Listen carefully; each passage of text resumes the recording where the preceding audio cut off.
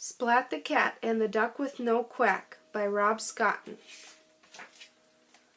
Splat's bike went clickety-clack as he rode along a bumpy track to cat school. Suddenly the wheel of the bike got stuck in a crack. With a whack and a smack, Splat tumbled onto the track. Splat found himself nose to beak with a funny duck. The funny duck had a little book. The duck gave Splat a funny look. "How odd," said Splat. "This duck was strangely quiet." "A duck lacking in quacking," said Splat. "That's not right." "Don't worry, duck," said Splat. "You must be lost. I'll take you back to the pond. I will help you get your quack back." Splat picked up the duck with the little book and put both in his backpack.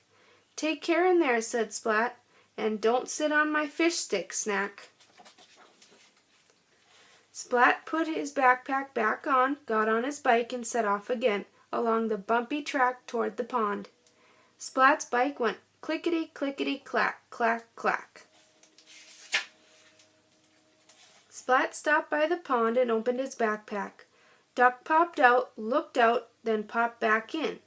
"Maybe Duck isn't lost," Splat said. "Mrs. Wimpydimple will know what to do," and Splat wobbled his way back on the track to cat school.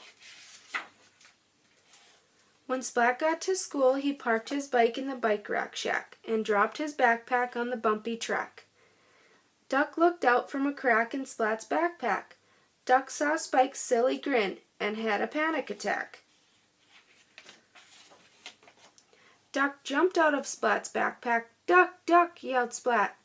Where?" yelled Plank, looking blank. "Too late. Splurf!" The duck with the little book sat on Plank's head. "No quack," said Splat. "No quack," said Spike. "No quack?" asked Plank. "No quack," said Splat. "A duck lacking in quacking," said Spike and Plank. "That's not right." "Maybe Duck is hungry," said Spike. Spike took the fish stick snack from Splat's backpack and gave it to Duck. But Duck didn't bite, so Spike ate the fish stick snack himself. "Maybe Duck is sad and needs to be cheered up," said Plank. Plank made a funny face. Duck didn't laugh. Duck didn't even grin. Plank's funny face stayed stuck. I know," said Kitten. "Duck needs a bow with a little pink dress to match. That will bring Duck's quack back." But the bow and the dress were not a success. Duck's beak stayed firmly closed. "Mrs. Wimpydimple will know what to do," said Splat.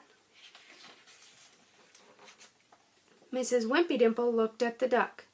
"A duck lacking in quacking?" she asked. "How very odd.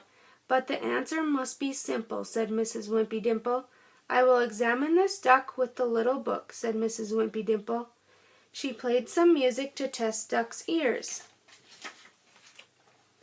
Duck danced a merry duck dance. Duck's hearing is all right. "Maybe the problem is Duck's eyesight," said Mrs. Wimpydimple. Mrs. Wimpydimple pointed to a chart. Duck just looked blank. She looked closely at Duck. I see," she said, "but I don't think Duck does." Mrs. Wimpydimple put her glasses on Duck's beak. Duck blinked. Duck opened the book and started to read out loud. As he read, Duck began to quack. Quack, quack, quack, followed by a quack, quack, quack. "Hooray for Duck!" cheered the helpful cats. Duck's quack was back, and that was that.